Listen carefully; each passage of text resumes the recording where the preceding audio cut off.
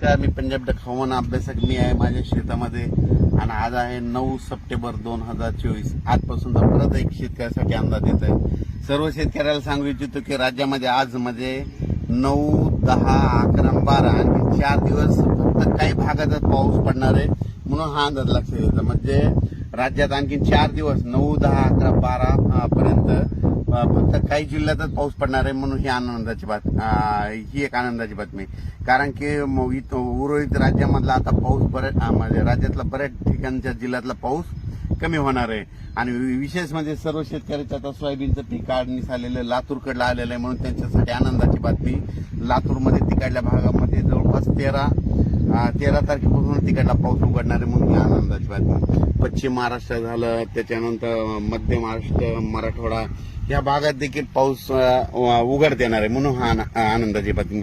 पण ह्या 4 दिवसामध्ये 9, 10, 11, 12 दरम्यान राज्यामध्ये आजच बघा, आज रात्रीच्याला म्हणजे नांदेड जिल्हा, यवतमाळ जिल्हा, चंद्रपूर, वर्धा, नागपूर, भंडारा, गोंदिया, वाशिम, हिंगोली, त्याच्यानंतर परभणी जिल्हा, त्याच्यानंतर जालना जिल्हा, त्याच्यानंतर संभाजीनगरचा पलीकडचा भाग, गंगापूरचा भाग, त्याच्यानंतर जळगाव, मालेगाव, मनमाड आणि त्याच्यानंतर बुलढाणा, अकोला, अमरावती ह्या पट्ट्यातच पाऊस आहे आता. म्हणजे 4 दिवस म्हणजे या 4 दिवस तिकडल्या पट्ट्यातच पाऊस आहे. उर्वरित राज्यात तुरळक ठिकाणी स्थानिक वातावरण तयार होऊन दुपारपर्यंत कडक ऊन पडून एखादा पावसाचाही अर्ध्या तासाचा पाऊस पडू शकतो म्हणून हे अंदाज लक्षात घेता.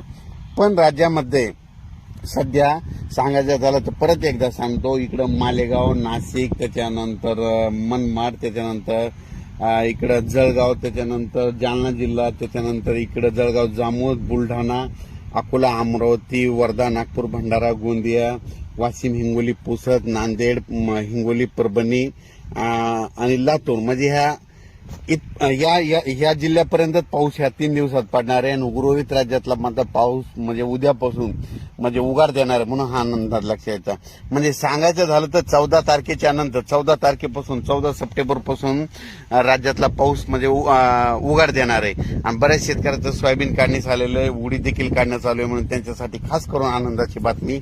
त्याच्यानंतर सर्व शेतकऱ्याला सांगू इच्छितो की राज्यामध्ये आता जवळपास 14च्या नंतर उघाड झाल्याच्या नंतर ज्यांचं सोयाबीन काढण्यास आलेलं आहे त्यांनी सोयाबीन काढून घ्यावी. कारण की खूप चांगलं वातावरण आहे. तुरळक ठिकाणी पाऊस येऊ शकतो. म्हणजे असं एवढा काही मोठा पाऊस पडणार नाही.